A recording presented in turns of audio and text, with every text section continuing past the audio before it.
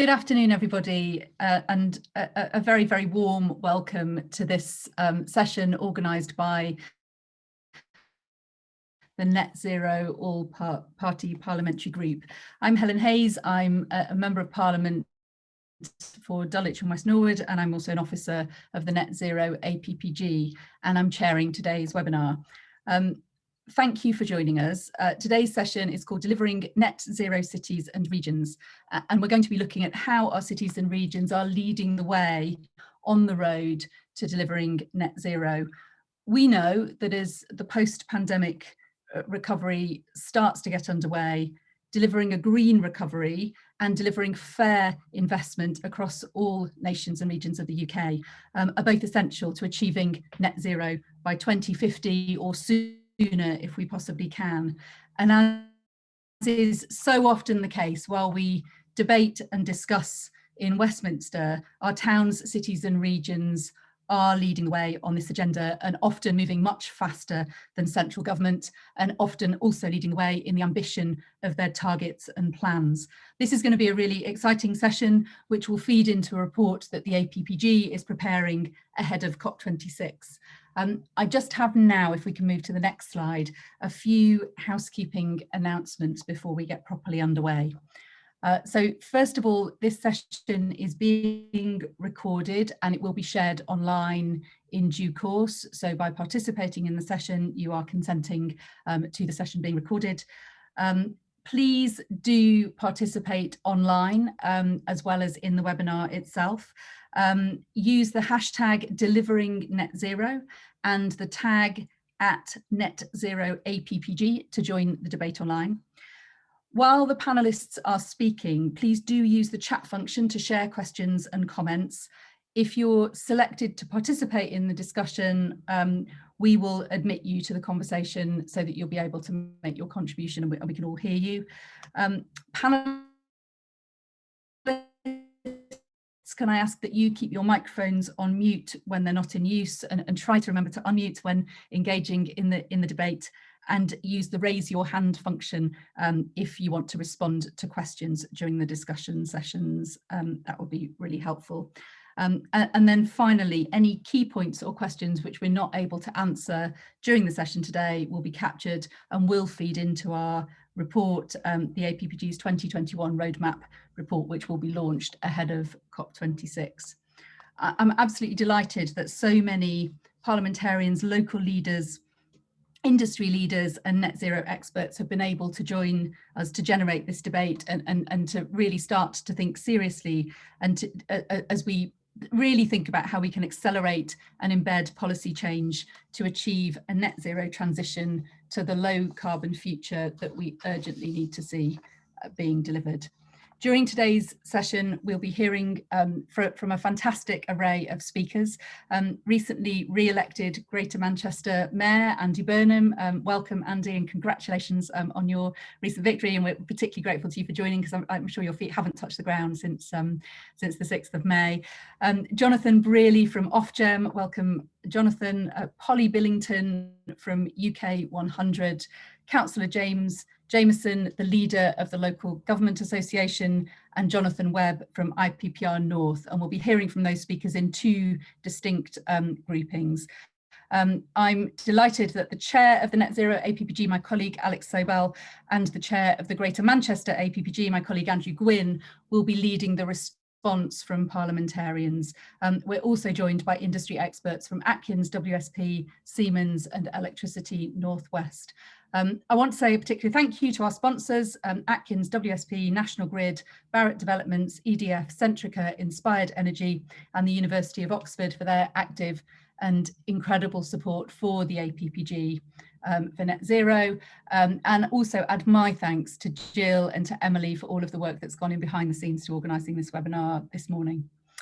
It's clear that if we're to make Britain zero carbon and meet the scale of the challenge ahead, the UK government needs to work with cities and regions to develop a long-term and coherent roadmap.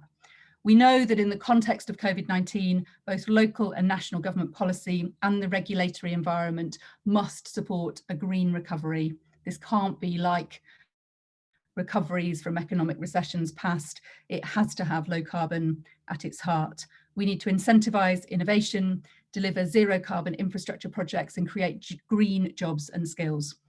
This important session today will showcase innovation and how cities and regions are leading the way to net zero. It will provide a timely post-election opportunity to debate how devolving powers could be a key part of the solution to the climate emergency in many of our towns, cities and regions. We're going to focus in on Greater Manchester's net zero plans and ambitions to be carbon neutral by 2038 and see what we can learn for elsewhere in the country. So the big question our speakers and panel are going to address today is, will devolving more powers to our cities and regions help accelerate our net zero ambitions? And the following questions will also help us to kickstart the discussion and to generate debate. What more can government do to support a green recovery and deliver regional net zero targets? How can innovation drive zero carbon investment in new technologies and help smart cities lead the way to a net zero future? How can our cities and regions scale up green growth, affordable energy and a just transition? What additional investment is needed to scale up zero carbon innovation and research and development in our cities and regions? What needs to be done to boost green jobs and skills to deliver net zero targets in our cities and regions? How can UK cities and regions secure investment in zero carbon infrastructure projects? Does our regulatory framework need to be more flexible to support the UK cities and regions' ambitions to reach net zero by 2050 or sooner? And how can local and regional spatial plans work to ensure resilience across the energy network? So we come now, without further ado, to our first panel. And I'm delighted to introduce our first speaker, Councillor James Jamieson, who's chair of the Local Government Association, who will kickstart the debate, setting out the challenges and opportunities for local authorities in our cities and regions on the road to net zero. Welcome. Helen, thank you very much for that introduction. And can I say what a pleasure it is to be speaking to you today. So thank you very much for the invitation. About councils and their ambitions for achieving net zero. I'm Councillor James Jamieson. I'm chairman of the Local Government Association, which is the national voice of local councils in England and Wales. This is a really important discussion. Combating the impacts of climate change is the biggest single issue facing councils and our communities in the long term. Before I go on in more detail to answer your question, the answer is yes. Devolving more powers to councils will improve the opportunity to get to net zero. Councils play a leading role in driving that shift towards net zero. By way of example, nearly 2/3 of councils have passed motions to achieve net zero by 2030, some 20 years before the government's ambitions of 2050. Local authorities are directly responsible for somewhere between 2 and 5% of local emissions, but actually we influence around 1/3 of the emissions in our areas through our leadership and placemaking roles. And place is critical to this, and local councils are at the heart of place and of master planning. Local authorities not only deliver homes, quality homes, sustainable homes, but they shape the environment that people live in, that are sustainable and ensure that residents have access to the right infrastructure and transport services. They are the best position to create net zero places. And I really emphasize the importance of community in this, because if we're going to get to net zero, it is going to be about creating communities that are net zero. There's been much talk of the 15-minute city, having jobs and facilities within a 15-minute walk massively reduces the carbon footprint. Far better to walk to work than even get into an electric car or bus. Through our regulatory and strategic functions, our roles as community leaders, major employers, large-scale procurers, and social landlords, we are well placed to drive and influence action on climate change. So what can councils offer and what are the opportunities? Well, our net zero ambitions will need our communities as partners, particularly as climate change will have differential impacts on people and places. And I think that's the key point. the right thing to do will vary significantly across the country. The biggest issues vary significantly across the country, and the solutions will be different. It is about local. According to the Climate Change Committee, as much as 62% of the future reduction in emissions will rely on individual choices and behaviours. And councils can empower communities to adapt and build community cohesion and consent to those changes. It's also a huge opportunity in terms of jobs growth. If we're going to meet our net zero obligations by 2050, the LGA has published analysis which shows that nearly 700,000 jobs could be created in England's low carbon and renewable energy economy by 2030, and that rises to 1 million by 2050. Matching skills with supply, with industry demand through effective local targeting will be critical. The LGA's Work Local model provides a framework for an integrated and devolved employment skills offer. And councils are problem solvers. We fix things, we get them right. We can do that on the ground. Using that local knowledge can be untapped to work out how to deliver. I mentioned earlier that we're significant landlords and asset owners, whether it's having our own housing stock, both residential and commercial stock, and of course, things like schools. This can help to provide existing pipelines of infrastructure for shovel-ready carbon reduction projects on buildings. We can be early adopters, we can trial things, we can help scale up the technology. The LGA's Renewable Energy Good Practice Guide report outlined some of the opportunities and challenges for renewable energy infrastructure that councils have, a significant determinant of which is availability of affordable grid connection and resources. Councils want to play their part in energy transition and want to work with government to support decarbonation of the grid. And there's great examples of that. For instance, Gateshead Council has supported a pioneering energy pilot where customers receive gas blended with 20% zero carbon hydrogen. We would welcome continued support and leadership from government regarding technologies that will help replace existing gas boilers. The LGA is also supporting councils to deliver on their climate ambitions through sector-led improvement work, such as the Climate Change Improvement and Support Programme. The local path to net zero work will also help promote local climate action in the lead up to COP26. So what are the challenges we face? Well, I think one of the biggest challenges is the need for a strategic approach from government. The responsibility for climate change is currently held across a number of ministries and government departments. A more strategic approach in partnership with local government can pull these strands together and coordinate delivery at the local level. And I think it's important we emphasise local level. It is really hard to coordinate 18 Whitehall departments in Whitehall, never mind trying to coordinate them, for instance, in Manchester. Much better for it to be done locally. Planning powers, as an example, need to prioritise sustainability and zero carbon. As I mentioned, the 15-minute city. Zero carbon transport and heating will require intervention. Funding is an issue, but also powers. I would also say that we need to try pilots at scale. There's no use just putting in another half dozen EV charging points in here and there. We actually need to pilot what does it genuinely mean to have a zero carbon transport infrastructure in a particular area where we can trial the issues and overcome them and then roll it out on a national basis. The LGA's climate change survey found that funding was the most frequently identified barrier to tackling climate change, 96% of respondents, followed by legislation or regulation, 93%, and lack of workforce skills, 88%. These are three important barriers. So hence it's important that as well as coming up with a strategy and a framework, that there is long-term funding with local flexibilities that would empower councils to be able to properly plan a holistic pipeline of activity focused on the needs of their local communities and invest in place-based low-carbon solutions. We mentioned the potential 1 million jobs.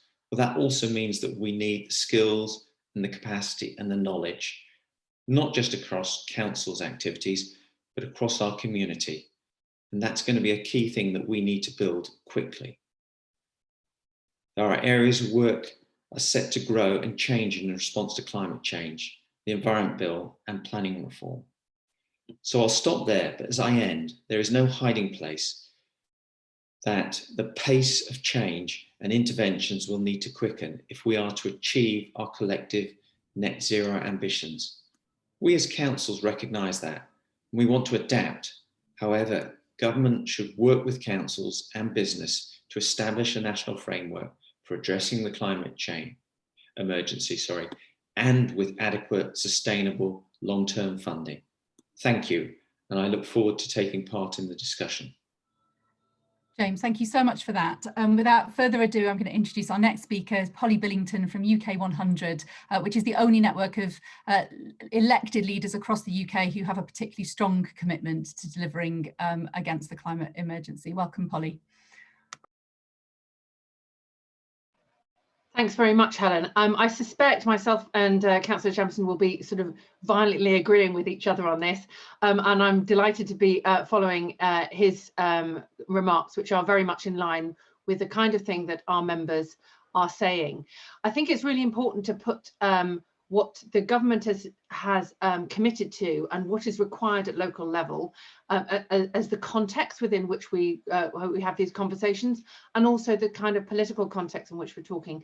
Many people have been asking us whether devolution is the way to achieve net zero, and we will say absolutely yes, but politically it's more likely that you're going to get devolution by arguing for net zero, because that is a bigger, arguably, political priority for this government. So we are saying if you want to reach net zero, you simply cannot do it without local authorities, much as Councillor Jamieson has said. So we decided to dig down into what that actually means, and I will share a link in the chat for everybody, the link on our webpage to our latest report, Power Shift, which actually is the most comprehensive examination of the duties, powers and policies available to local authorities and combined authorities in England, and indeed the gaps that's ever been undertaken, that focuses specifically on what they can and can't do when it comes to reaching net zero. Now, many people will say in national government, why don't they just get on with it? I'm sure Councillor Jamieson is pretty fed up with hearing people saying, why don't you just get on with it, because there's the presumption of general competence and so forth. But almost every time local authorities want to be more ambitious, there is some national regulatory or policy framework getting in the way. That's either an agency that has no obligation to consider net zero, or a planning framework that that puts something else ahead of net zero, and so forth. And so when local government wants to achieve its targets, that many people have made ambitious targets, our members have made many ambitious targets well beyond what national government has done, they can't achieve them without some significant national policy and regulatory change. So we think there are a number of things that need to happen. And I think one of the things is national government will say, well, look how marvellous, we've got these amazing innovations. Look, Polly, your own members are doing this, that and the other. And we say, yes, they are amazing and innovative, but they have to be. And if you're talking about achieving net zero, you cannot leave it simply to the innovators. We need to be able to turn the innovation into the mainstream. And that requires a significant change in the way that regulation works. These stories are worth celebrating, but in catching the eye like they do, they divert us from that reality, which is the absence of a coherent national strategy or framework to enable and resource ambitious local action is making this difficult. And we need to be able to make sure that local authorities do have those powers to drive the big changes and increase that capacity. We know that there has been significant changes in local government resources and capacity over time. What's very interesting now is that many members are advertising for staff to be able to tackle the climate emergency and are finding it really difficult to recruit those staff, because what is actually needed may well, those skills and so forth, may well have dropped away, or knowing exactly how to recruit is indeed another challenge. But the conclusion is clear, not only from us, but also from the Committee on Climate Change and the National Audit Office, that that unless the UK government provides the local leaders with powers and resources to deliver, it's going to be almost impossible to be able to reach net zero. So obviously this is, like Councillor Jamieson says, an issue of strategy. It's also an issue of funding and resources, and it's an issue of policy.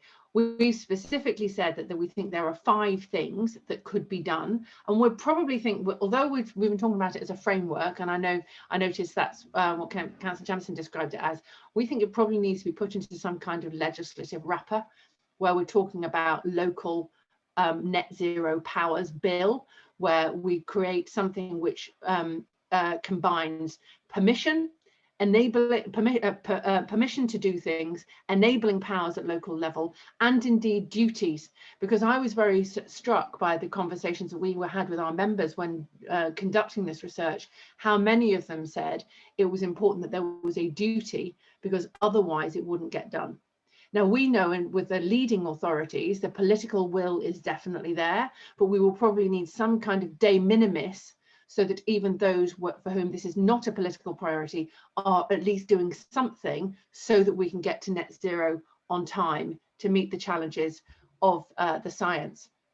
So if we have some kind of supporting framework which engages with local authorities, an overarching duty to support that net zero framework, specific actions on transport, and the decarbonisation of local transport networks is ultimately being obstructed by centralised approaches. So although we suggested that people needed to think beyond what already exists, the conclusion of our members was that what they would like to see is an increased devolution of transport funding and wider powers similar to London, in order to be able to coordinate and deliver transport networks way beyond what currently might be the formal boundaries of combined authorities and so forth, because we need to be thinking about those travel to work areas.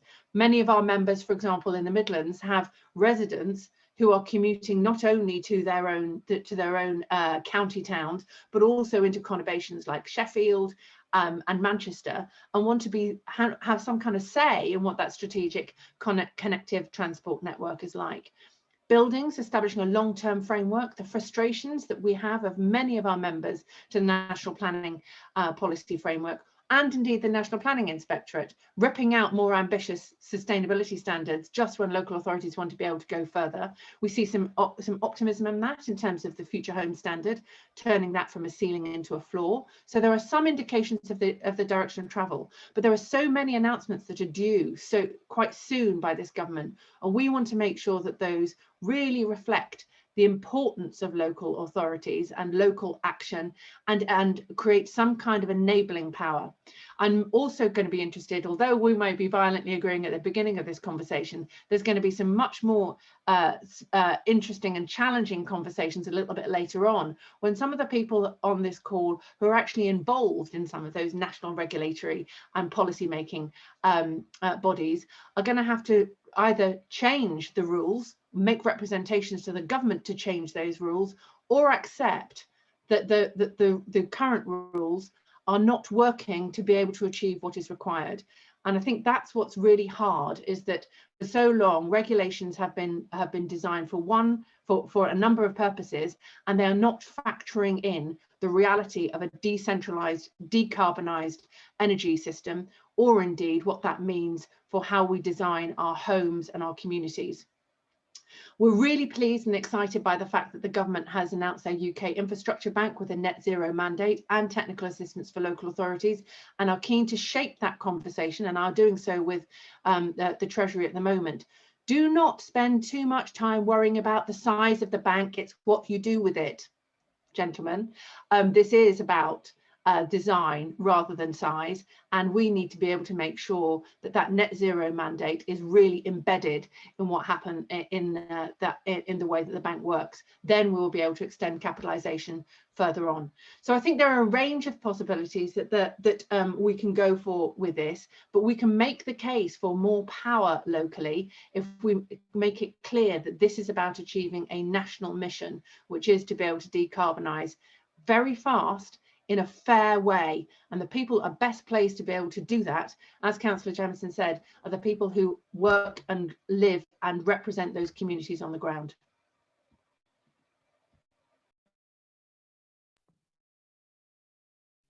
Thank you so much, Polly. That's a huge amount of food for thought from both of our speakers so far.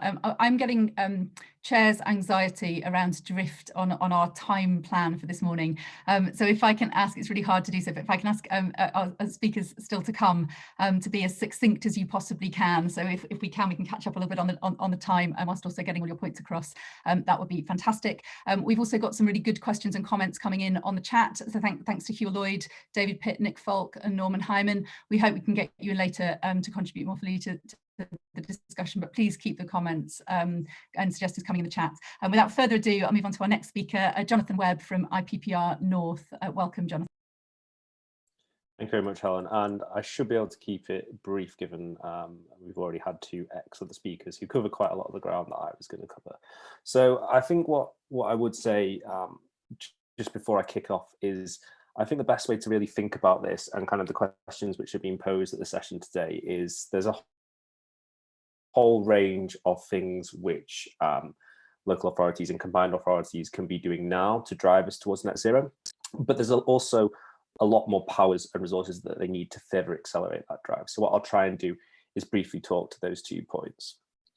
So in terms of the current state of play and the opportunities available, as we know, local government has a range of responsibilities and statutory duties and powers which can be used to drive us towards net zero. And there's loads of really obvious examples of that already. So for example, thinking about low carbon homes, for example, we see that actually a lot of the really excellent new low carbon homes being built are affordable homes in local authorities. So there's examples of this in places like Norwich, boroughs in London and places like Leeds, where we see that actually it's local government which is taking the drive towards net zero seriously. And it's not just taking the drive towards net zero seriously to tackle the climate crisis, but also recognizing that it brings wider value. So on that example of homes, it's not just about having warm, affordable homes, it's about delivering genuinely affordable homes for people too. So it's joining up agendas. Perhaps even more ambitiously at the combined authority level, we've seen various mayors really make the case for green investment and green jobs. So in the Tees Valley, for example, Ben Houchin there has done a really good job of attracting investment for future green jobs around carbon capture and storage, as well as hydrogen. And also as well, we see that combined authorities can play a key role in terms of driving investment. So in the West of England combined authority, a lot of investment has been made there to support businesses in developing new infrastructure for the energy of the future through things like solar panel farms. So there's clear benefit there, and perhaps where we see the biggest benefit of local government is around the skill system. So a key thing for us at IPPR is thinking not just what this transition looks like, but ensuring that this transition is a just transition.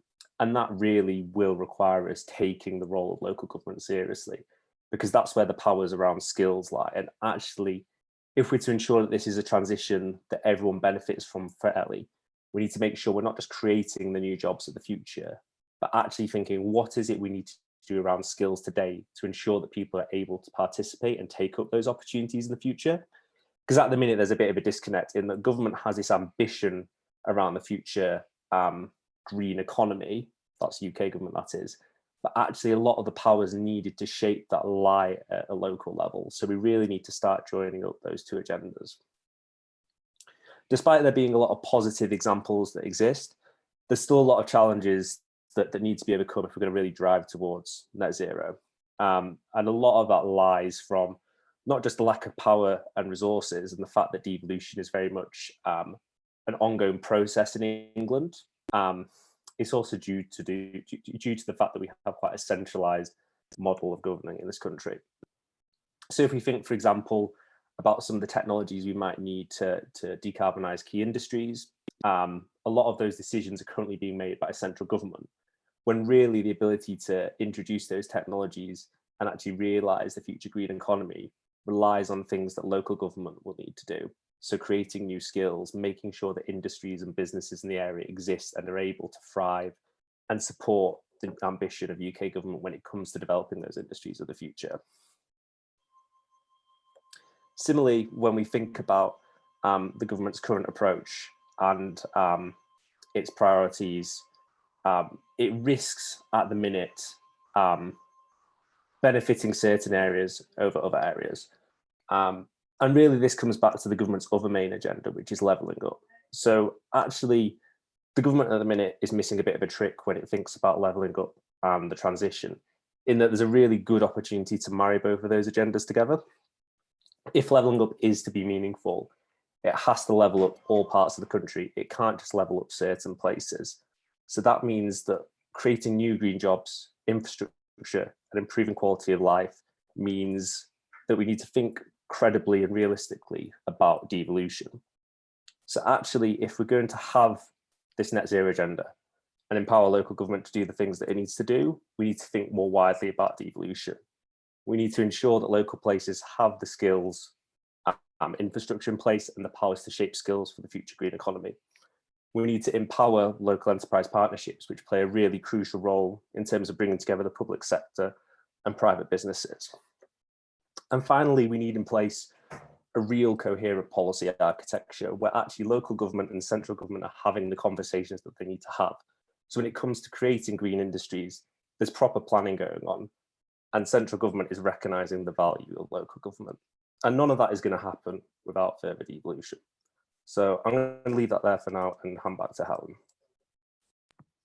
Thank you so much, Jonathan. There's so much food for thought there from all three of our first round of speakers. We've heard about the enthusiasm and vision of local government to deliver for net zero. We've heard about some examples of good practice already underway, and we've heard about the potential need for new legislation to confer new powers and duties on local government to be able to play the fullest possible role. I think I'd add to that a thought about the relationship that local government has with the communities that our councils and combined authorities and mayors represent, and something very important about the scale of that this challenge of net zero is for every community up and down the land. Very often that vision is the vision for what a net zero place looks like is it's specific to individual communities. Local government is very, very well placed because of the much more direct relationship with communities to broker and to hold that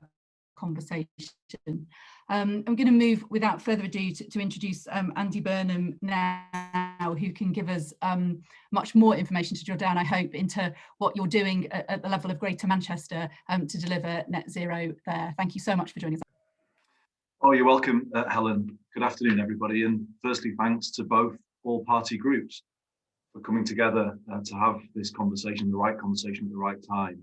And I think it's good that the Greater Manchester All Party Group are part of it, so that the place-based side of this is really brought through. I agree strongly with everything that you've heard so far. So I'll try and keep my remarks closer to 5 minutes, just conscious of time, Helen. Just a reflection first on the elections that we've just been through. I think they were the devolution elections. I hope that's how they're being seen, because there was clearly a strong vote in favour of mayors, particularly incumbent mayors. And I think that's because the public in those areas can see how mayors and combined authorities joining up local authorities can give areas a stronger voice, but also accelerate change. And I think the public are responding to that. First time out in 2017, it was all, oh, it's a white elephant, it's an extra layer, we don't need it. And this time, very different. And I think the country is embracing, or certainly the public is at this stage, embracing devolution. To answer the big question, Helen, can devolution drive decarbonisation? Well, absolutely. We are seeing that on the ground in Greater Manchester. 2038 is a science-led target. I think we're one of the few city regions to have a science-led target informed by the Tyndall Centre at the University of Manchester. And actually, if we hit it, it's much more likely that the UK will hit 2050. So if you free up the early adopters, often in the big cities, they will drive the pace of decarbonisation and then help other areas who will come after. And I think this is kind of a vision about how devolution will create a more functional country. If you empower places to move quickly, I think you will bring change more broadly across the country. As you said at the start, Helen, Parliament rightly will always legislate for the slowest moving. Well, why not free up the fastest moving so that we can all get the benefits of that? And I think if you look at it more broadly than just Greater Manchester, we've got an organisation called Net Zero Northwest that has recently come into being, which has industry partners like Electricity North West and Cadent on it, Siemens, but it involves obviously myself and Steve Rotherham in the Liverpool City region. And now with the election of Tracy Brabin in West Yorkshire, you're looking at M62 mayors now being a thing, and that's 6 to 7 million people. So the scale is building out, and if combined authorities neighbouring can start to work together, then I think we can drive real change. I want to pick up on something that Jonathan just said, because I agree with it very strongly, about how the drive to decarbonisation can also be the route to levelling up the country. I think it's really important that that message is not lost today. Solving the climate crisis is the way to solve the jobs crisis and the housing crisis. It's also the route to better transport, London-style public transport. And I think the COP needs to change the narrative on this. You know, the climate debate sometimes is seen as something we'll get round to, and if we can afford it, and a bit of a burden-based agenda. Actually, it's going to be embraced as the route, the catalyst to level up the country and get that investment much more quickly into better homes, better jobs, better transport for all parts of the country, but particularly those who don't have those things at the moment. So just to say a couple of things on that then. So let me just take the better jobs, better homes side of it. Clearly, as other speakers have said, there is the potential for thousands of really high quality jobs in retrofitting, but also in building the homes of the future, zero carbon homes. This week, we will hold the first meeting of the retrofitting task force, which I am bringing together in Greater Manchester, building on the early start we've made with retrofitting public sector buildings. This is important, I think, Helen, because we need one conversation about retrofitting at the city region level, because it needs to involve partners who perhaps don't ordinarily sit around the same table with each other. Skills providers, housing providers, construction industry, property industry. And that's the purpose of the task force, to have one conversation about retrofitting and how we bring things together. Within that context, skills devolution, I think, is a really important call. How are we going to build the green skills pipeline if it is not driven from the bottom up, where we're matching the supply to the demand for those skills? Just to add alongside that, alongside retrofitting, we have a plan for 30,000 zero carbon homes for social rent, passive house style homes. We have a spatial plan, which was referenced in your questions at the start, that sets as a goal no new building being given planning permission in Greater Manchester that isn't zero carbon by 2028. So absolutely, city region or wider spatial plans can drive this agenda and set new policy. All of that, I think, is linked to energy. We've had £6 million from the UKRI on a local energy market, which is looking at creating a smart platform for local energy trading, but also about creating a district plan in all 10 of our boroughs, a local energy plan, so that we can manage retrofitting and the demand for electric vehicles within it. And I'm really interested to hear what Jonathan's got to say after me from Ofgem, because I think we're one of the few places in the country that has aligned our plans 2038 with our main energy providers, in our case, Electricity North West and Cadent. And I think Ofgem will have a job in also allowing them to invest at the pace they need to meet that plan. So that's evolving thinking. But I think we are the first to move in that direction in a very aligned way with our providers. So Helen, I'm conscious I've probably done about 5 minutes, so I'll finish just very briefly on this point as well about transport. We are ready to go to create a London-style public transport system in Greater Manchester over our buses and trams, making transport much more affordable for people. But we're also required by the government to introduce a clean air zone. So now is the moment to align these agendas, improving public transport at the same time as cleaning up the air and meeting our legal obligations there. So it does require national government now to work very closely with us. And I've made that appeal to the Prime Minister, let's get on and do this now, because that could make levelling up real by 2024, by the time of the next election, if you saw that kind of change in a city like Manchester, Greater Manchester, across the city region. So I think there's an alignment, Helen, is what I would say in finishing, that things are aligned now. It feels like we want to level up the country, but also solve the climate crisis. And these two things are, as Jonathan said, exactly the same thing. We want to level up, the government wants to level up, let's not make this a debate about should we have devolution, should we not have devolution. The time has come actually to free people up to deliver this change. And in Greater Manchester, we are ready to go. So that's the message I will leave you with, and I will hand back to you. Thank you so much, Andy. That's so much in there, and really, really fascinating to hear about your plans and the change that you're already driving forward. I'm now delighted to introduce Jonathan Brearley from Ofgem. Before I do that, the next part of this morning will be a discussion. So please do be thinking about your questions and posting them in the chat and indicating in the chat if you'd like to ask a question, and we'll be working out kind of the first round of questioners to call straight after Jonathan has spoken. We know how critical energy is to decarbonisation and to delivering net zero. So we're delighted to be joined by Jonathan Brearley from Ofgem to share your plans for the industry. Thank you so much. So hello everybody. I'm just going to check. You can hear me, can't you, Helen? Because I know we had a couple of technical issues early on. So brilliant. That's good. It's good for 2021. So look, first of all, thank you to both parliamentary groups for inviting me here today.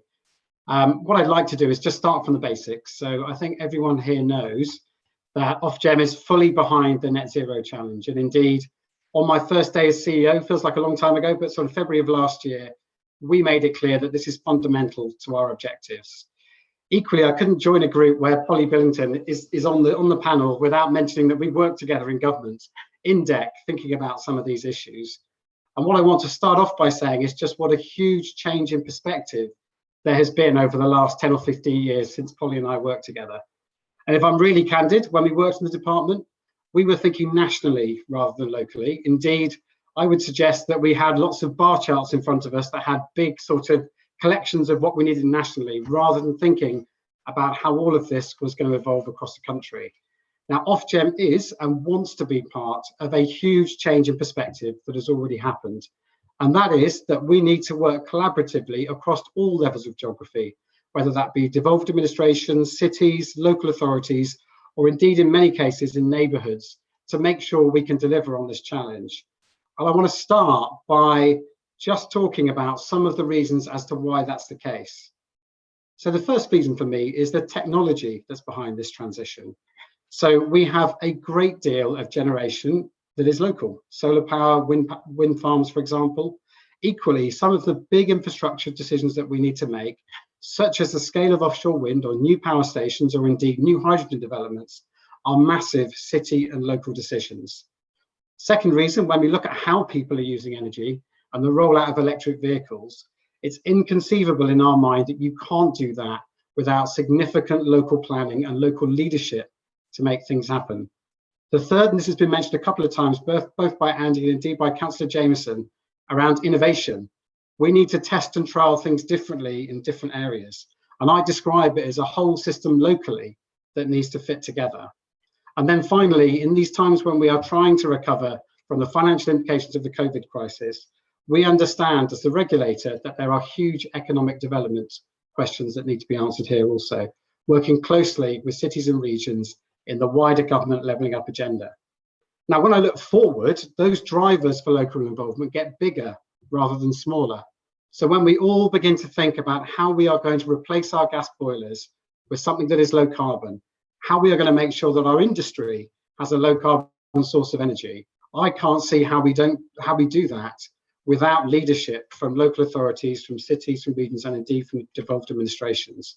And the last thing I would say is this is not a British phenomenon, this is not a United Kingdom phenomenon, this is an international phenomenon, and we've already seen huge leadership from local and city governments when it's come to the climate strategies across the world and making sure that collectively we make the effort that we can to deliver on our net zero goals. So when I look at Ofgem's landscape, and forgive me, I'll have to sort of plead the fifth on the question of who should get what powers, but in terms of how we want to work, we do want to engage locally, and I'm going to highlight some of the big things coming up for us. We're about to make a decision which is worth tens of billions of pounds around how we configure our local electricity networks. We are planning on having open meetings across the country, and we are making sure that all of the companies involved, and it was great to hear from Andy about the involvement of Cadent and Electricity Northwest in this, in designing those plans so they are compatible with local energy plans. Secondly, we are funding a number of tests and trials across the country that allow us to understand better how we drive innovation in different areas and how we really take that local-based approach to solving some of our energy issues. And I would just highlight one, that's from Electricity Northwest and the Street Smart scheme, which is all about a much more efficient use of our system to make sure we can make that transition to low carbon electricity and indeed use our demand in very different ways than we would have done previously. Finally, the one thing I would add is that we are thinking hard as the regulator about the future. And when we think about the new markets that we need, this does mean thinking much harder about local markets, about how we make sure that if you need power in one part of a locality, that may well be provided by batteries or by changes in demand in another part of your locality. So coming back to local markets and the testing going on in Manchester, that is something that we are enthusiastic about and thinking about in the way that we might redesign the regulatory arrangements locally to make sure that we can manage. So there are a whole set of things that we are doing, including working with the companies, to ask them how they are configured to best plan for and respond to different local conditions and different local needs to make sure we can collectively deliver against net zero. Now, I would also point out that there are some big trade-offs for us here. So sometimes a decision in one area does mean cost for another, and we do have to take those into account as we make our regulatory decisions. But we are hugely enthusiastic about the conversation that is to come. So in conclusion, very simply, we want to be part of this local debate. We know that it's fundamental to getting to net zero. This is something that we want to do across the country. And I very much look forward to seeing many of you in person as opposed to on a screen.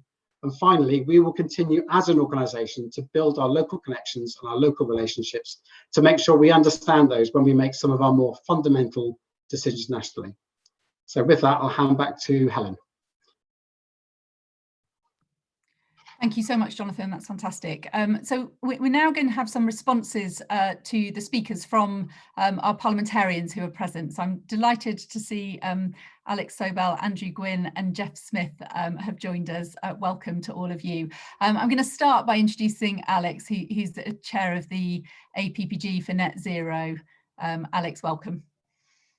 Thanks, Helen. A proud West Yorkshire MP who's just had our brilliant Mayor-elected Tracy Brabin following the footsteps of people like Andy and Steve and others around the country. And I don't think we needed this session to answer the question, do we need more devolution to help combat climate change and get us to net zero? Obviously, the answer is yes. But I think it's been really useful today to hear some of the ideas and some of the powers that need to come down to us. I mean, one thing that really struck me is the fact that the Green Homes Grant scheme was, I'm afraid to say, a dismal failure. Wouldn't the Green Homes Grant scheme have worked if it had been devolved to combined authorities and to mayors where we have them? Wouldn't it have worked, you know, Andy was just talking about retrofit, if he had that Green Homes Grant money rather than the government had it, that he could have supported local installers rather than what's happened nationally where installers have gone under because of the way that the grant was administered. The same with eco. I'm rapidly coming to the conclusion that the problem isn't devolution, the problem is where there's a lack of devolution. So I'll give another example, again, referencing something Andy said. Andy wants to build these 30,000 low carbon social houses. In the Humber, we've got lots and lots of caravan factories. These caravan factories are perfectly placed to build modular low carbon housing, but there's no mayor there, there's no strategy. They have had a dreadful time because of COVID, because they've had no business. Wouldn't it have been great if they'd all been building modular houses? But there's no mayor at the Humber. And so, you know, Andy again was talking about the M62 mayors. I'd like us to see a mayor over there in the Humber and then have a Northern Powerhouse Rail mayor looking forwards rather than backwards, because we need to be getting that Northern Powerhouse Rail linking Hull to Liverpool through Leeds and Manchester, you know, and so we can rebalance the economy. I don't actually like the term levelling up, because that indicates that we just want to be London. We don't just want to be London. We've got a very proud industrial heritage. We have places in the north of England, in the Midlands, which are leading the world in areas in terms of new industries. It's not about just mimicking London. It's about breaking new ground. I'll give another example of that. And again, where devolution is important. ITM Power is the European leader in green hydrogen. You know, it produces more green hydrogen than anywhere else in Europe. And that's in Sheffield City region. shouldn't Sheffield City Region be the sort of lead on green hydrogen, working with the other devolved authorities so they can catch up and put infrastructure in, like electrolyzers and the other pieces of infrastructure we need for green hydrogen? You know, shouldn't places where they've got so for instance in if you're looking at that sort of M62 conurbation, sort of Yorkshire northwest, the only bus manufacturer is Optair, and they make hydrogen electric buses. Shouldn't, you know, West Yorkshire be given the lead in terms of bus manufacturing? You know, so but also work with others, because we're going to need to scale that up. We're eventually going to need to see the same in the coach industry, because it's the same technology, but they're way behind. So we need to be thinking about seeding, you know, the green industrial revolution through the power of our mayors, through a devolved industrial strategy where people aren't competing, but they're working together, because not every single city region isn't going to be able to do everything. I think everybody recognises that, and we need to work together of our strength. And I actually absolutely see that with the M62 mayors, and I think that that's going to continue. I think where the blockages are higher up at national level, and as I've said, where there is a lack of devolution, and we need to fix that, and then maybe go to the next phase of devolution. I always want more devolution, more power closer to the people. That's what I always say. That's my mantra. And I think that people like Andy and Steve have shown that, and I'm sure Tracy will, and have proved that case. And we need more power coming down, not less power. Thanks very much, Alex. It's a brave pitch for bus manufacture contracts for West Yorkshire in the context of a debate being co-hosted by the APPG for Greater Manchester. So well done there. Thanks so much for that. I'm now going to introduce Andrew Gwynne, who's chair of the APPG for Greater Manchester, to share your response. Thanks, Andrew. Thank you very much, Helen, and I'm delighted to be here and to support this really important discussion, because I do think this is an exciting agenda. It's a necessary one. And of course, for a city region like Greater Manchester, I'm absolutely delighted that we have the leadership of Mayor Andy Burnham, his vision to drive through some pretty radical changes that will not only ensure that there is economic sustainability across Greater Manchester, but there's environmental sustainability built into the heart of those ambitious plans as well. Look, as a city region, we've always been at the forefront of technological advances. We're the home of the first industrial revolution. It's where we split the atom. It's where we invented the world's first programmable computer, right up to the modern time where we invented graphene. And I believe that in the same way that Greater Manchester was at the forefront of the first industrial revolution, we can also take a leading role in pushing Britain into the next green industrial revolution as well. We've got the skills, we've got the academics, we've got the workforce, we've got the connectivity. We've got everything at our disposal that makes us a cutting-edge city region. And when you start to build into that the M62 corridor, as Andy and Alex have spoken about, the whole of the north of England really can be, I think, a world leader in pushing forward this agenda. And I take very much Alex Sobel's point that levelling up suggests that we want to be like London.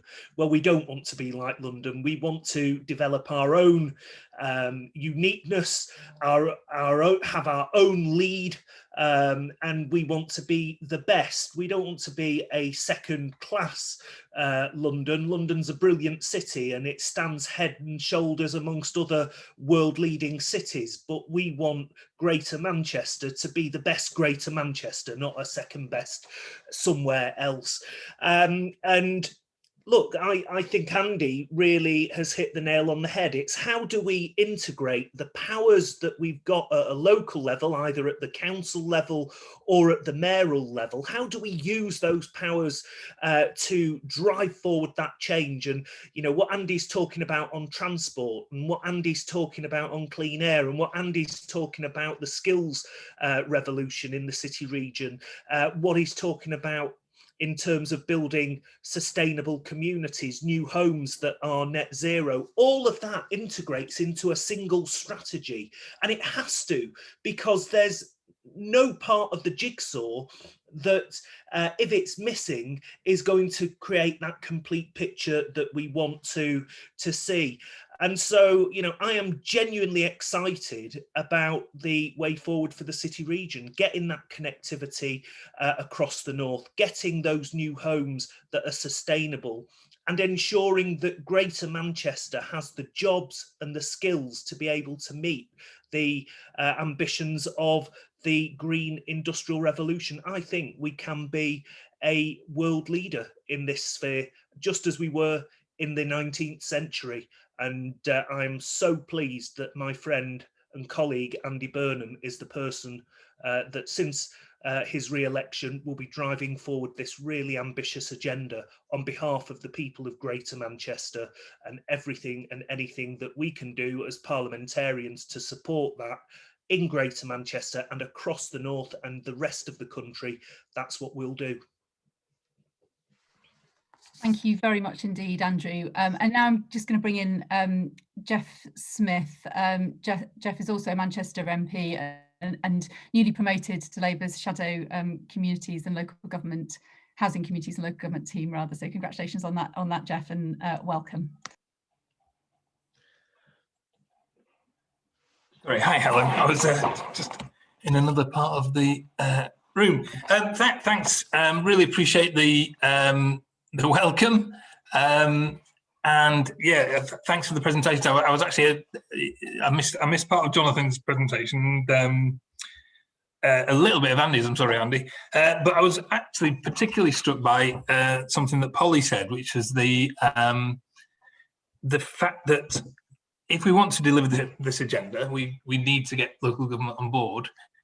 But the way to do that is to deliver devolution, and the way to deliver devolution is to argue for net zero, and that it's the only way to deliver net zero. So, as Helen said, I've just taken on a new role as Shadow Minister for Local Government, which I'll be very keen to engage with you all on. And I think there's two things really. One is the powers that Alex and others have spoken about in detail, but we can't do it without funding, can we? And in areas like retrofit, there's a huge opportunity there for employment and for driving the net zero agenda, but also in terms of transport, as Andy said. But we can't do either of those without funding. And so I suppose what I will say is that I'll be pressing the government and pressing my colleagues to make the case for funding as an absolute priority to deliver this agenda.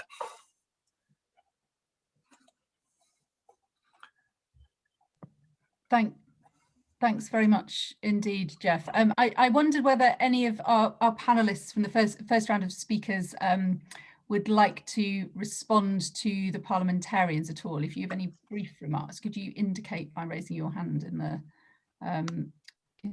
usual way? I can see Jonathan waving. If anyone else wants to come in, let me know. And before we move to the industry panelists as well. So starting with Jonathan, thank you.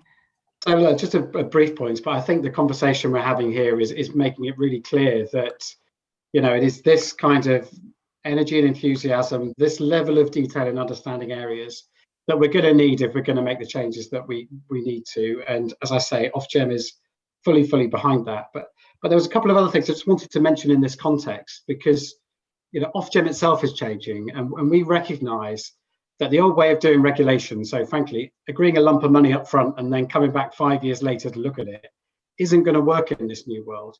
And so we're expecting the funding and the targets that we implement to be changing over time. And I think that gives a good basis for an ongoing conversation with local governments about how our plans are supporting their ability to meet their needs.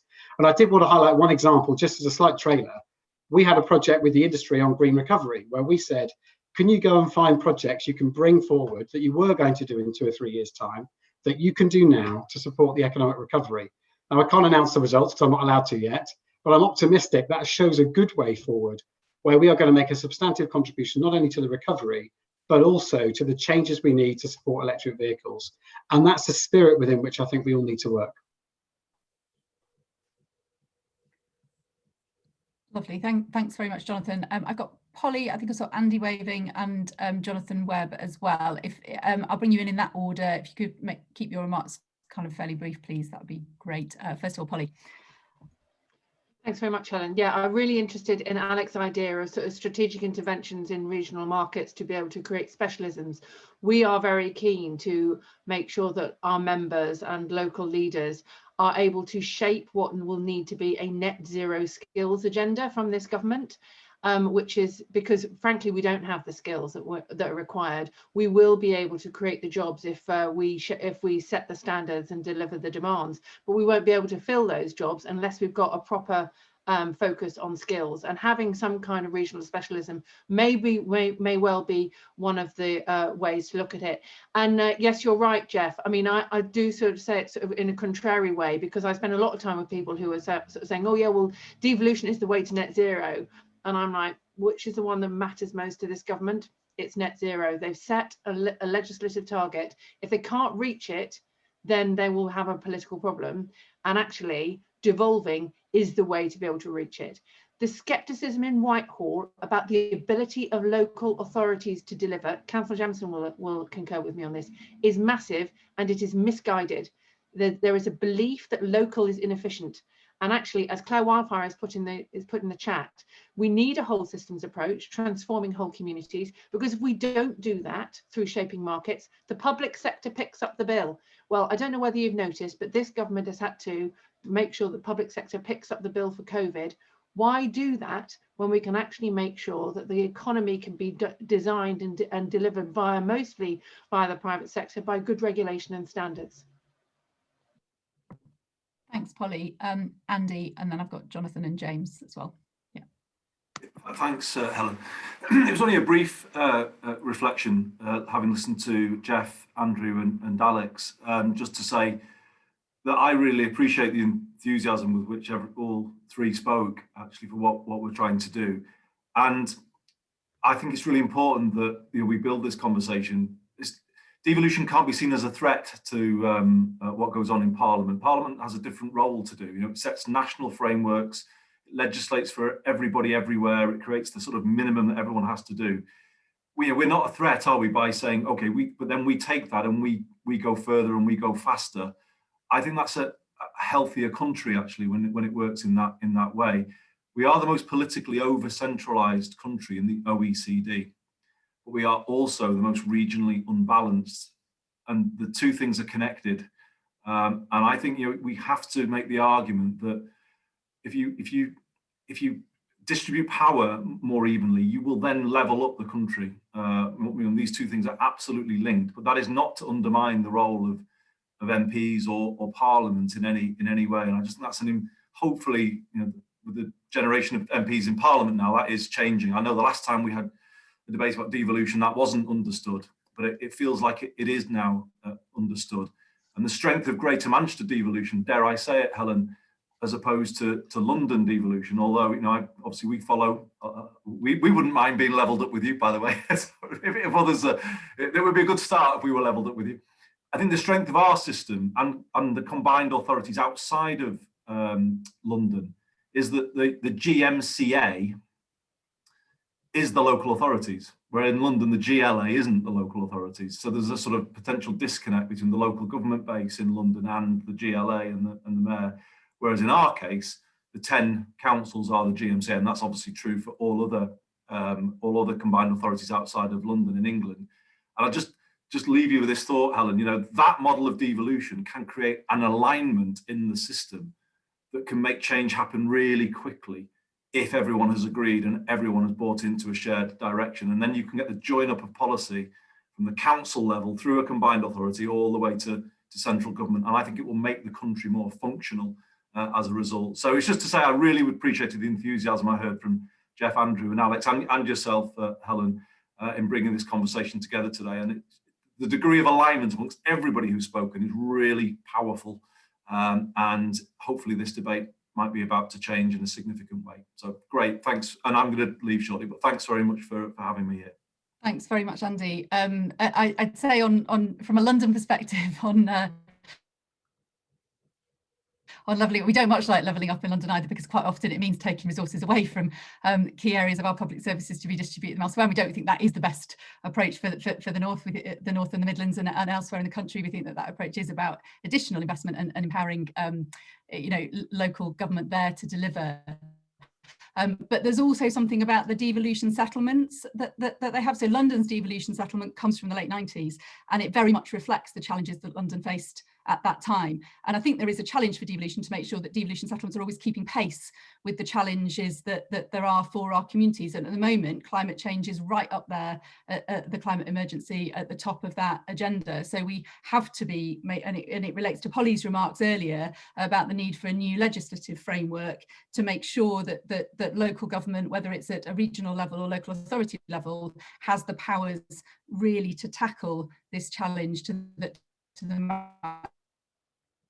impossible extent. But thanks very much for joining us this morning. I appreciate that you have to drop off now, Andy. I'm going to bring in who did I have next? I had Jonathan Webb and then James Jamieson after.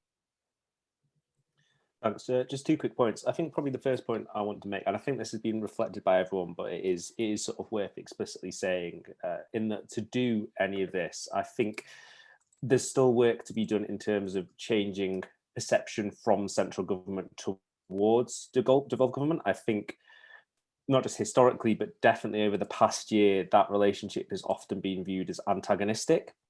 And really, when it comes to reaching net zero, there needs to be a reset of that relationship. And actually, central government needs to recognise that it can't do this without devolved government. To choose Alex's example, Alex is completely right. You think of what you could be doing in Yorkshire, ITM Energy based in Sheffield. But actually, you think about practically what does that mean for future industry? Well, take another industry that's based in South Yorkshire and has a huge presence here, the steel industry. Actually, to decarbonise the steel industry, one of the things that you're going to need a lot of is green hydrogen. So immediately there's an opportunity there if you start bringing the local picture back into things. But at the minute, those conversations aren't often happening because of that relationship. Instead, central government is often trying to devise things from the centre in terms of its own national strategies without having those conversations with the people that it really should at the local level. So really there needs to be something in terms of resetting the relationship there. I think the second thing I would say, and a definite thing which needs to be changed before any of the more ambitious things are going to be realised, is a recognition that over a decade of austerity really has eroded resilience in local government. And actually, if we're going to ask local government to do ambitious things, it is important that they're well-funded, and we have well-funded public services.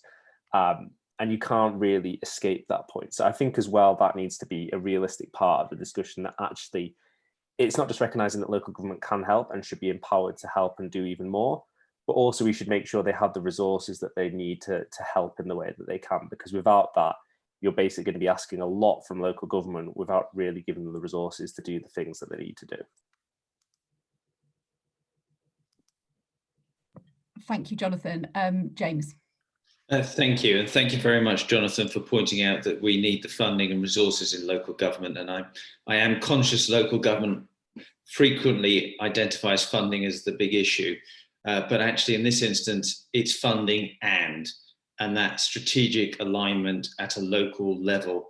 And I take up some comments in the chat about, is local authority as an entity up to this? Well, we are. And I go back to the dawn of the Industrial Revolution and look what local authorities did in terms of putting in sewage systems, water systems, energy systems.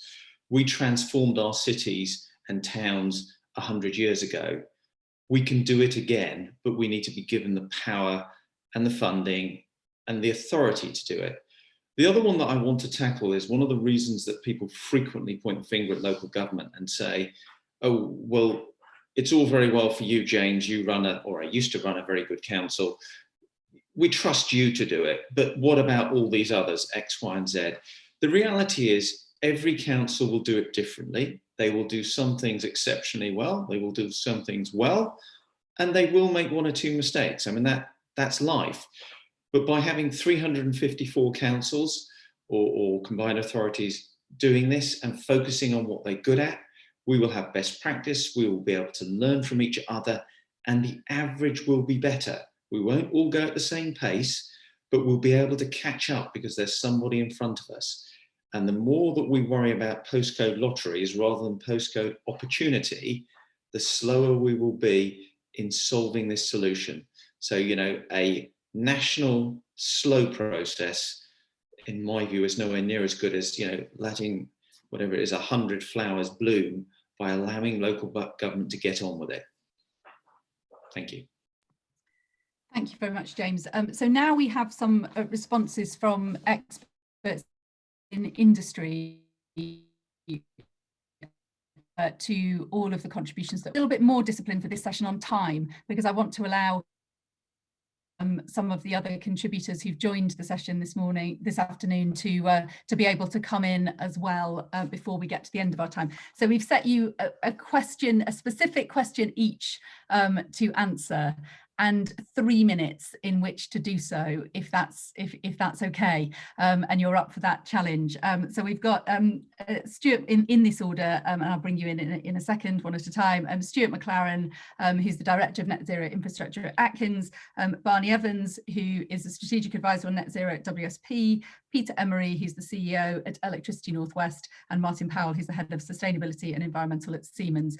So first of all, Stuart McLaren from Atkins, the question we've set for you is, how can innovation drive zero carbon investment in new technologies and help smart cities lead the way to a net zero future? In 3 minutes, please, if you can. Thanks very much, Stuart.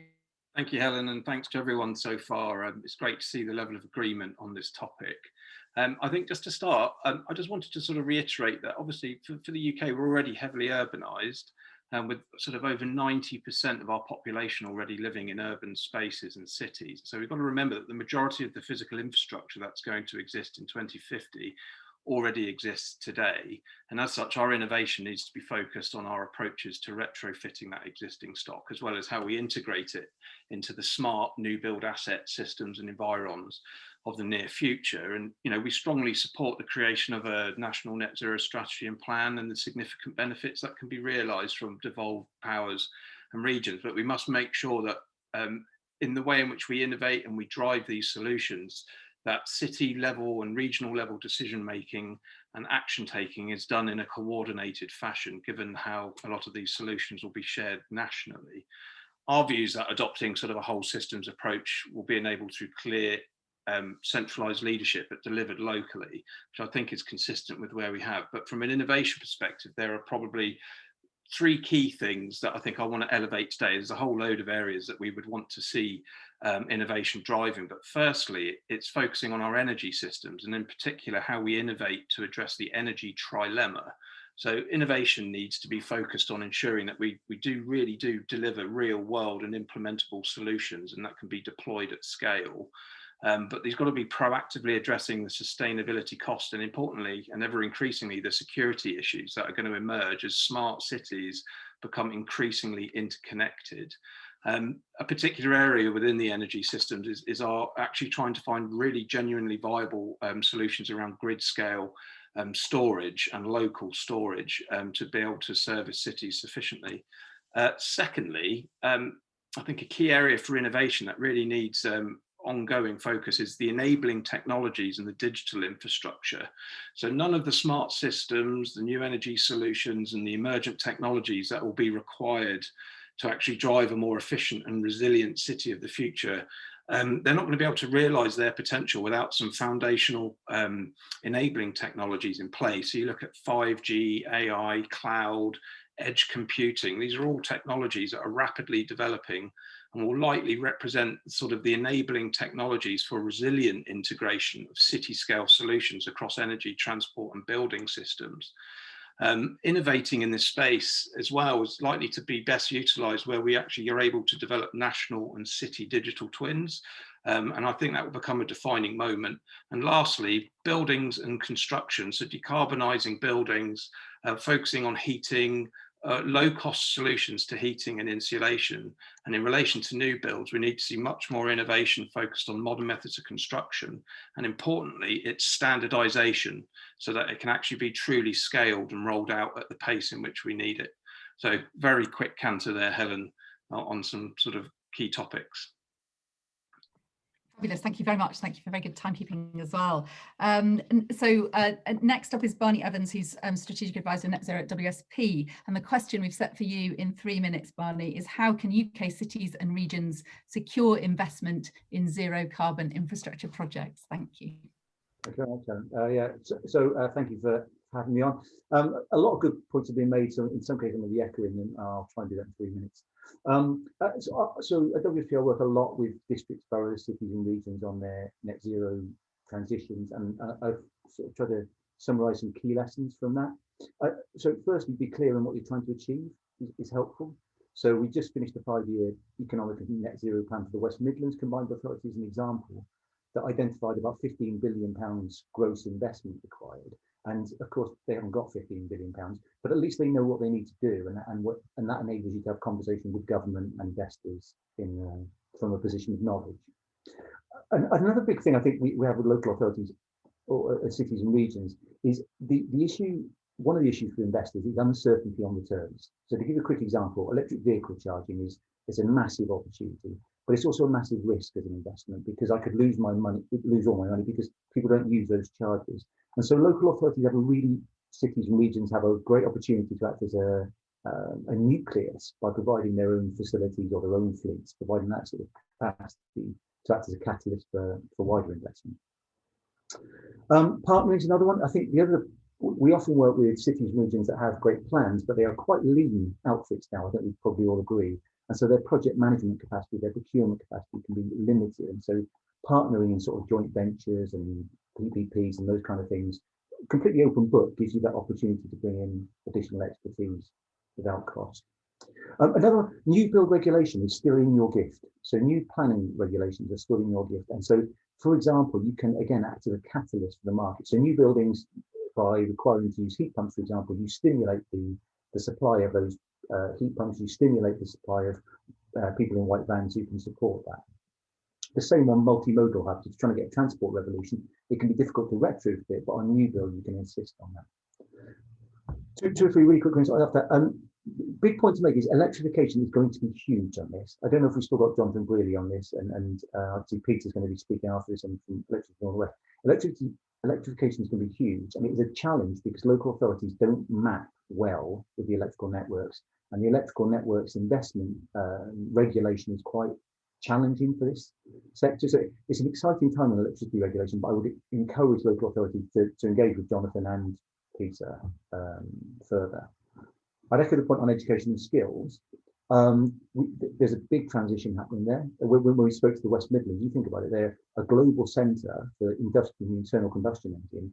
In 8 years' time, they won't be making any more, possibly before then. And so the huge opportunities and challenges there. And then the final one, I haven't heard anything really, I don't think today on, you need to convince the public.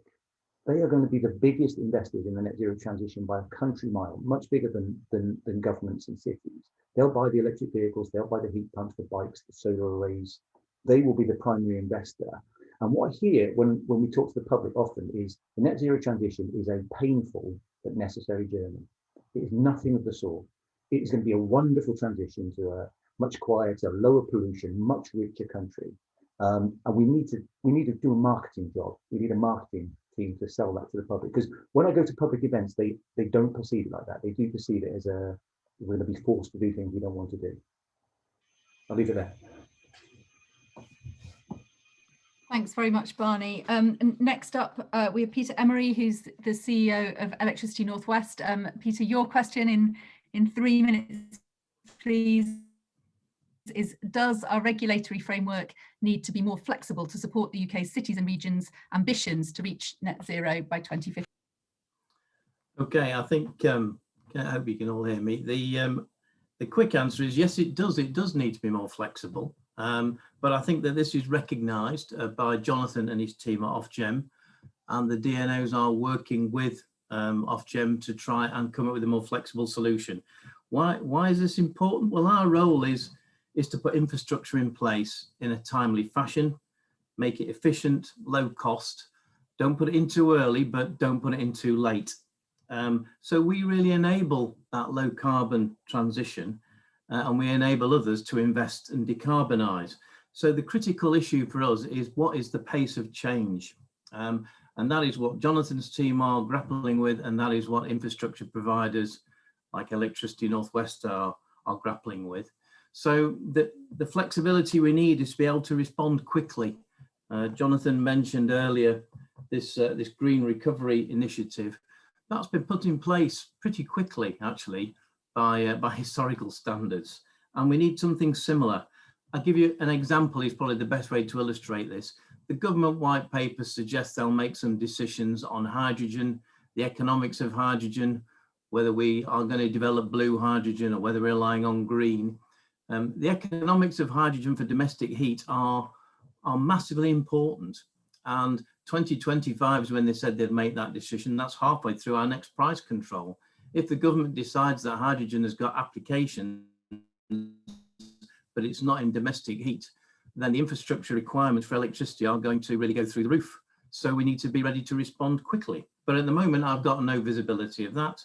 And that decision takes place, if it does as planned, right in the middle of our next price control. So flexibility is the key. Thank you very much, Peter. And our final contribution before we head to widening out of questions and discussion is from Martin Powell, who's the head of Sustainability and Environmental at Siemens. Martin, your question in 3 minutes, please, is what additional investment is needed to scale up zero carbon innovation and research and development in our cities and regions? Great, thank you, Helen.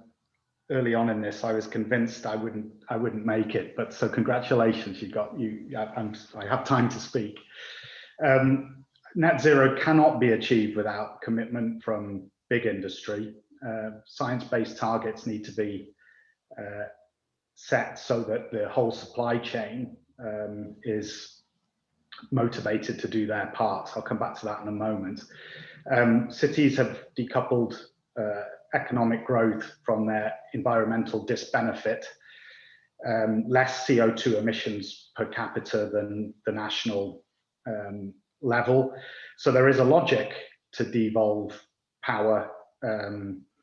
I work in industry, but I also worked in London's Mayor's office. We made the case to devolve powers for tackling air quality. Andy Burnham talked about clean air zones. And the mayor was fully behind that. He is now the prime minister. So hopefully there's a very much an open door to providing those business cases to prove it. 3 trends, however, that are going to make net zero difficult. Barny actually mentioned one, electrification of everything, cars, buses, ports, airports, is going to mean an enormous increase in energy generation. The second problem is, where do you find the space for all of that generation? You can't just put a few solar panels in the car park. This takes space, planning, thinking, and this is very much a local issue. And the third point, in the next 30 years, we'll consume double of everything, water, energy, food, and we'll actually generate twice as much waste.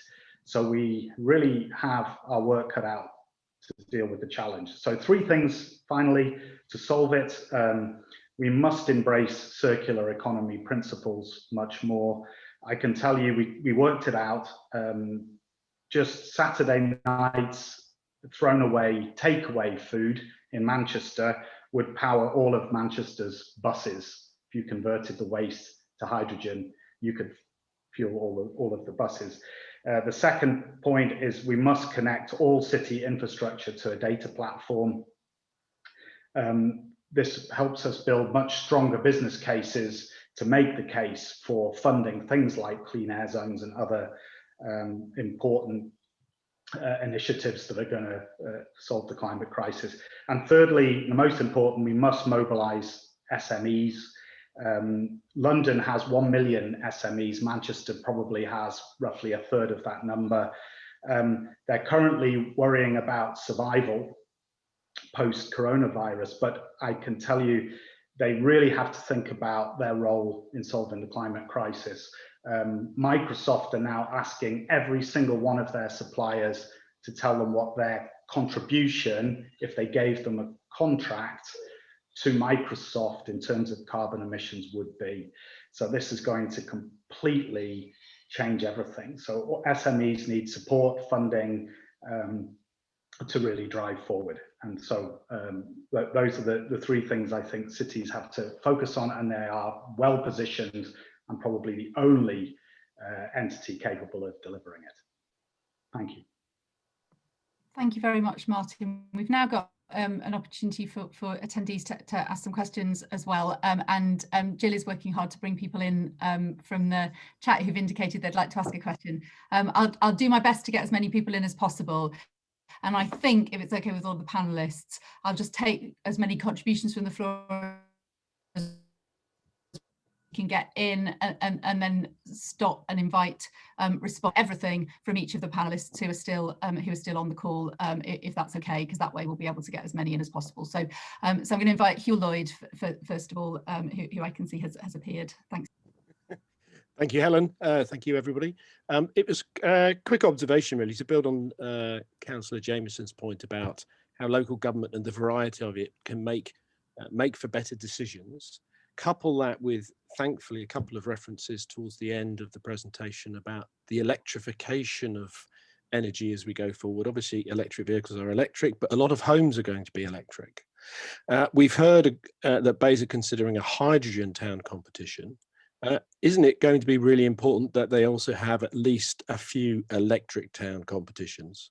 Because most people seem to be of the view that while there may be some hydrogen for heat, it won't be anything like the scale of the current gas to heat system that we have as a nation. So we're going to have to electrify a lot more than is currently electrified. So shouldn't we have such a competition to help with that innovative sort of essence and ethos of local government and deliver ahead of 2035 with electrification? Thank you, Jill. Have we got others ready to contribute? Claire, I wanted to bring Claire in, but she's actually dropped off the call. Oh, okay. So Emily's just having a quick look. So I'm just wondering about the time as well. So we've got Nicholas Falk has indicated. I wondered if Helen Poulter wanted also to contribute some of the things that she's been saying in the chat. Yeah, we've got Helen. Helen on, brilliant. Okay, Helen, go ahead. And then yeah, sort of one thing that hasn't been mentioned was just this really thinking about trust. We need obviously the people to sort of public to come with us on this sort of net zero journey, and still a lot of the people that I talk to just in my general life still aren't convinced that climate change is actually a thing. And so we want them to like electrify their transport, we want them to change the way they heat, and we need them to come with us and we need them to trust this. And sort of two things I was thinking about is you can possibly achieve this better using local authorities, local planning, local councils.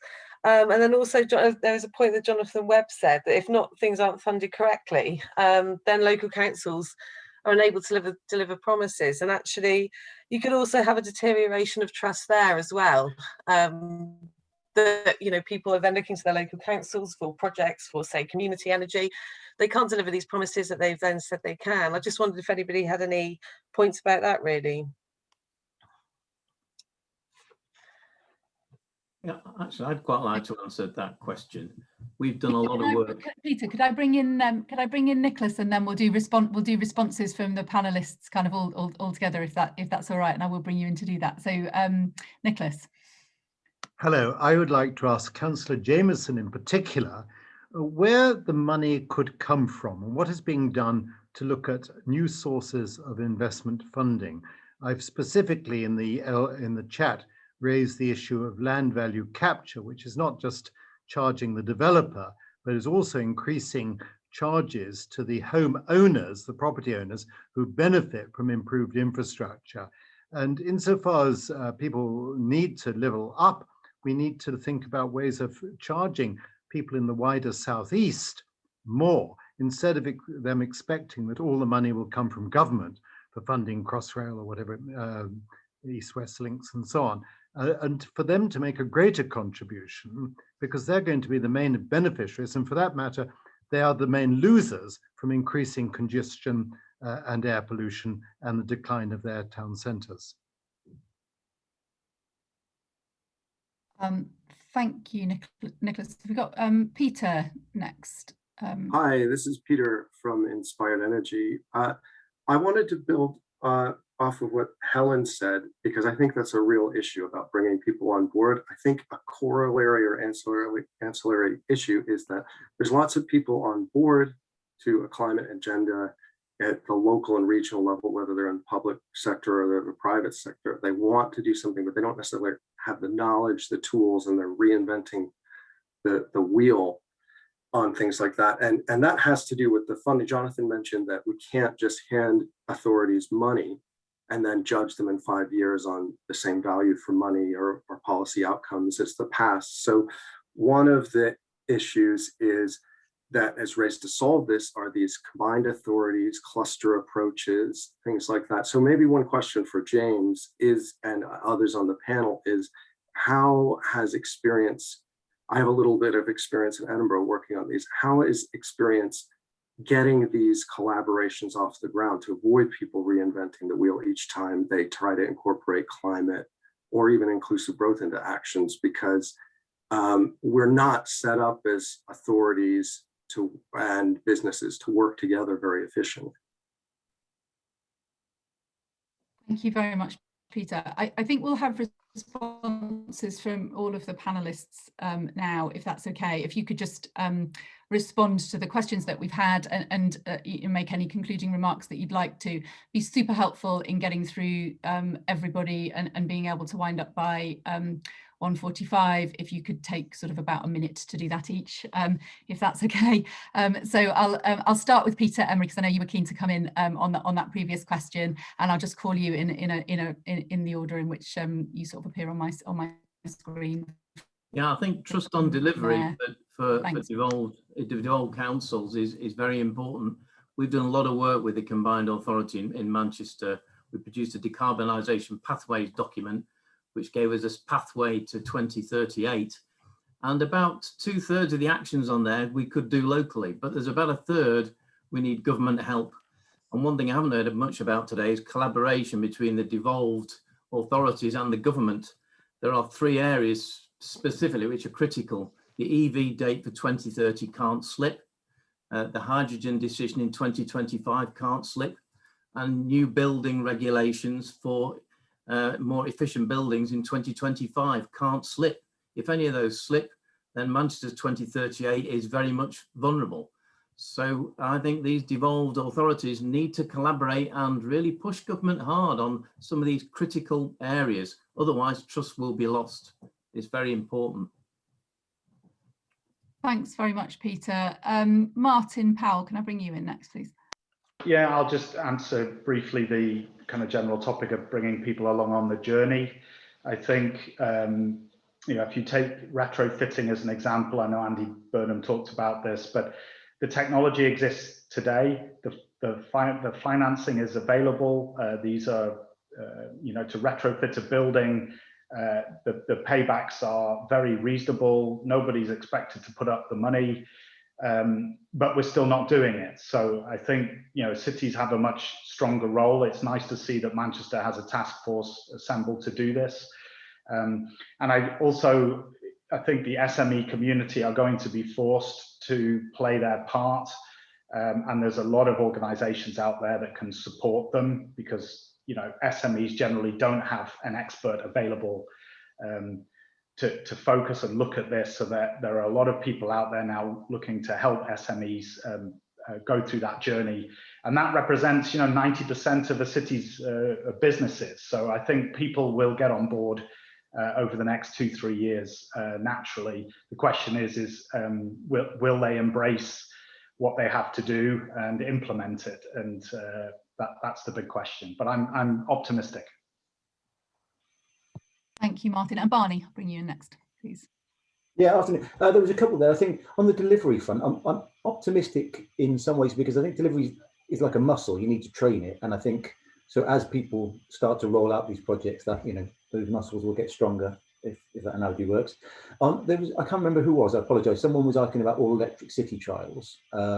just of interest, I led a report called Powering Ahead, Fast Forward to the All-Electric City about 7 years ago. So if anyone's looking for a template to show the benefits, that it's still downloadable from all good websites. And then the final point, just I'd emphasize, it's about selling this net zero transition as a wonderful opportunity, not some medicine we need to take, is the big thing we need to change, both in our professional and with the public. Thanks very much, Barney. Stuart McLaren next, please. Yeah, I mean, I'd echo a lot of the comments the other panelists have said. I think, again, just to sort of revert back to the trust issue, I think we can't understate how important it is, not only to bring along those who don't necessarily believe in climate change or whatever, but even those that do. We're in this transitionary phase where we're going to be bringing in new technologies of all different types of scale, whether it's retrofitting your house, if it's new types of aircraft, if it's new energy systems at grid scale, local scale. We are going to seriously undermine our own efforts if we have failed to educate people as to really what these are. So as and when they land, and people are being consulted for major infrastructure schemes and so on, for instance, that they don't resort to fear because they don't understand the nature of this new technology or the new processes and not in my backyard sort of thing. And that we really do need to sort of own those narratives and be proactive at supporting people understand what this really is, the journey we're going on. And the same, it's a conversation I have with the aviation sector. There's the OEMs are bringing to the left all of their investments into new hydrogen electric planes and so on. But actually, there's other questions to be asked. Will people trust it? Will they understand it? Will they want to get on it? Flying is the safest it's ever been, and potentially we're going to be replacing the things that have made it safe with something new and untested. And so I think we need to ask ourselves: are we doing enough to make sure that when we do really hit the pedal on this and we want to accelerate, that we're not going to hit the buffers because people are resorting to fear. They don't understand what we're doing and we're moving too quickly for them. So yeah, just to reiterate, can't underestimate that. Thank you very much, Stuart. I'll ask Jonathan Webb from IPPR North now to respond. Yeah, just two main points from me, really. I think the first point I'd want to make is there's obviously still a lot we need to do in terms of getting to net zero. But I think one of the most effective things we can do without oversimplifying the problem too much is getting on with a lot of it in a very visible way. So to use the example of electric vehicles, a couple of years ago, electric vehicles were, not necessarily widely seen on our roads. There's a bit of a perception around electric vehicles that they don't perform as well as, petrol-powered vehicles. Whereas now you see them widely, it's seen as a credible option. And actually that debate has very much disappeared into the background. If we think about something like retrofitting homes, the problem we have at the minute is people aren't necessarily widely aware of what it involves or what it looks like in terms of the end result. So it's all well and good, all of us sitting here and saying, yes, it's about low carbon heating systems. But actually, if people don't understand what they are or see how they work in practice, there's not going to be an appetite for them, which is fair enough, because if you're asking people to, potentially commit, several £1,000s to improving the energy efficiency of their property, they need to see what it looks like, be able to understand what it looks like, and actually see the positive results that come from it. So I think the more of this stuff we do, we'll start to reach a point where we convince people, and eventually you get a tipping point when it comes to key interventions. But a lot of that requires getting on with the things that we can do now. So the first kind of, reflection I have is we need to get on with the things that we can do and start to show visible progress towards net zero. And that rests across all levels of government. The second point I'd really want to reflect on is actually thinking about what it is we need to do to go even further. And I think, again, that's really come across in all the things that we said. And I think there's been quite a wide consensus on this call that we need to pursue further devolution and make sure different tiers of government in England and more widely in the UK have the powers they need to accelerate the drive towards net zero. And I think to do that, we do need to start shifting our mindset a little bit. You look at a lot of the government's flagship policies at the minute, and it's often single pots of funding or, a competition, an innovation fund here and there. And that's all very well and good at the start of the process in terms of, catalyzing innovation. But to actually make this a systemic change, you need to make sure it's embedded across all layers of government and in the activities of different tiers of government. And that really requires moving beyond what we have at the minute. So I think my final reflection would be just casting an eye on the future and actually making sure we have the governance arrangements in place and the funding mechanisms to support those governance arrangements to actually start accelerating a lot of this, because the reality is we're not going to get to net zero by having a competition for hydrogen or, you know, accelerating innovation in this particular area, but not that particular area.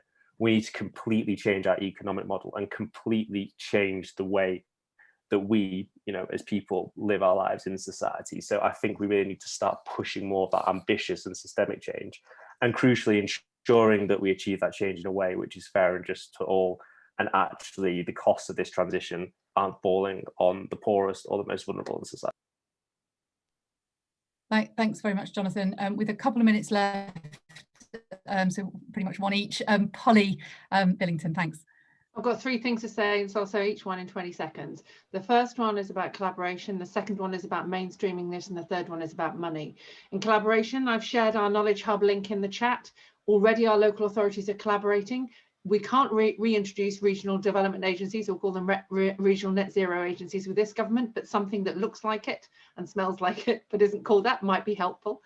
In terms of mainstreaming it, don't wait till you convince the last climate denier in the world before you move to net zero. Make it something that they will do because it's cooler or better or cheaper or whatever, because I haven't got time to convince all of the nutters, right, the cranks. I have got time to worry about the 80% of people who have other things to worry about and want to be able to do this. If you have a disabled child, if you have an elderly parent, if you are worried about your job, climate change is not top of your list. Stop making everybody.